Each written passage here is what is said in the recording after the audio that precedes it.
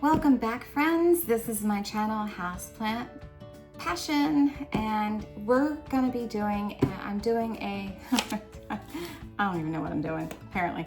I'm doing a plant of the day video today, and it's no shocker that I am picking a Calathea. It's been a while since I put out a plant of the day, and I'm just itching to share a Calathea with all my friends. So the plant I'm choosing today is my musaica, my Calathea musaica, also known as network plant. So look at those leaves. I mean, that is absolutely stunning. It looks like what a mosaic would be if you put like a mosaic table together or something like that. But this was made in nature. This girl is gorgeous. When I first brought her home, I didn't have her in the best place, and she kind of punished me a little bit. But now we've come to an understanding. She's living in the right environment, in the right spot in my home, where she's feeling the love. She likes her environment, and that's where she wants to stay. This plant is native to Brazil, the rainforest. It would live in the forest floor, so it would get dappled light. In our homes, in our environment, this plant likes to get bright and direct light. That's what it prefers. That's where you'll see the most growth and explosion, and you'll see it thrive. It can do okay in lower light settings, but it'll just do okay. At some point, if you put it in a dim enough situation, it will start to suffer. That being said, I don't know if you can see these beautiful leaves. They are thin. They're very, very thin. So even though they like bright, indirect light, you want to make sure that wherever you put this girl, you don't want to have direct sun actually touch any part of the leaf ever, because it will scorch it. It will give it a sunburn. So that's something you want to try to avoid. Temperature. This particular Calathea likes anything between 65 and I would say 85 degrees Fahrenheit if you live in the United States. If you live anywhere else in the world, that would be 18 to 30 degrees Celsius. Yeah, we just gotta be rebels, don't we? You do want to, no matter what the temperature is in your home and the environment you give it, you don't want to have sudden drafts. So you don't want it to be underneath or near a vent.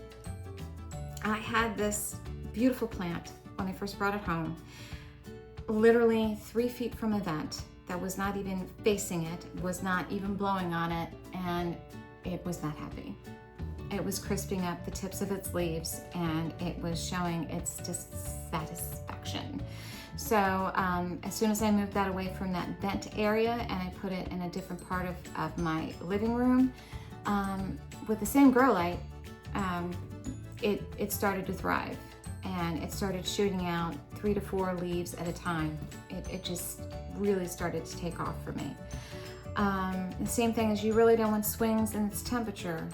It's okay if you slowly drop from, let's say, 80 to 70, but if you have a huge shift within 15 minutes, this plant is not going to like that. It likes more of a stable environment. As far as humidity, this plant loves high humidity. The higher, the better. But my humidity in the depth of winter got around 50. And in the summer, it gets around 60, 65, and it seems to do just fine. It can tolerate up to 70% and not give you an issue. Watering this plant, you have to be careful. Just like any other Calathea, it can be susceptible to root rot. So you want to have a nice soil that holds on to moisture, but is not going to leave a soppy, boggy mess for your plant's roots to be swimming around in, because it will not care for that at all, and the roots will rot for you. So asking what kind of mixture, I mean, you can make your own mixture. I don't really go over mixtures too much because I don't mix my own soils. I buy them from a local plant shop, or I buy them on Amazon. Recently, I like to support local businesses. I've been supporting Rhizome's Houseplants, which is in Cameron, North Carolina, I think. You can get their stuff online. Just Google it and they'll ship that stuff to you. By far, best handmade soils that I've found in my area. Makes the stuff that you get in, through Amazon, puts it to shame, let's put it that way. So as long as you put this in a Calathea-based soil, well draining but retains moisture, this plant's gonna do fine.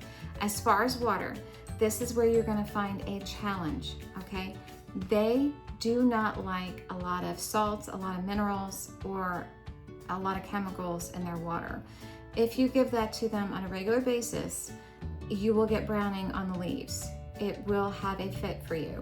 And I actually used some sink water to rinse off this Calathea when I first brought it home. I don't know if you can see it. Oh, let me get off my bottom. But it gave me some crisping. It didn't like it.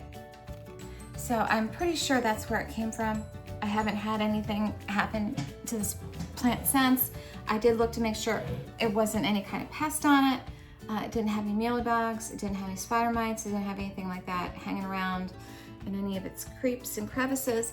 So as far as I can tell, this isn't the first Calathea I have rinsed off with sink water, and it's given me attitude. It's given me crispy burn marks in its leaves. I have a fuzzy feather Calathea that did the same thing. It looked like a hot mess when I panicked and I gave it a sink shower to get rid of spider mites. That was actually a house spider, but that's for a whole other video of shame. I'm just saying. So the best thing for you to water this plant with would be rainwater, which is, like I've discussed earlier in many videos, mother's milk. That's what they would get in the wild, in nature, or you can get them some distilled water. Of any plant in your home that is going to prefer distilled water, it's going to be any kind of prayer plant, especially this one. Pests that you have to worry about, mealybugs, spider mites, pretty much the standard. I have found that if you overwater these, you will get, oh God, the fungus gnats. They'll be in the soil and they'll be waiting to rear their ugly head if you let it swing too much moisture-wise in the soil. I use more organic fertilizers on my plants. That's really all I use anymore. And that sets you up for fungus gnats as well, because as much as the plants love it, the fungus gnats love it even more. So, just saying, it's gonna be the bane of your existence, like they are the bane of mine. But hey, my plants thrive, so that's the most important thing. So I found that neem oil is okay on this type of plant. It may kind of lose some leaves and look a little sad for a little bit, but if you get a spider mite or two on this plant, it's gonna be okay. You'll treat it and it'll bounce right back. So I hope you found this Plant of the Day video helpful. This Calathea has brought me a lot of joy. She's just so gorgeous, and every leaf she puts out is just different.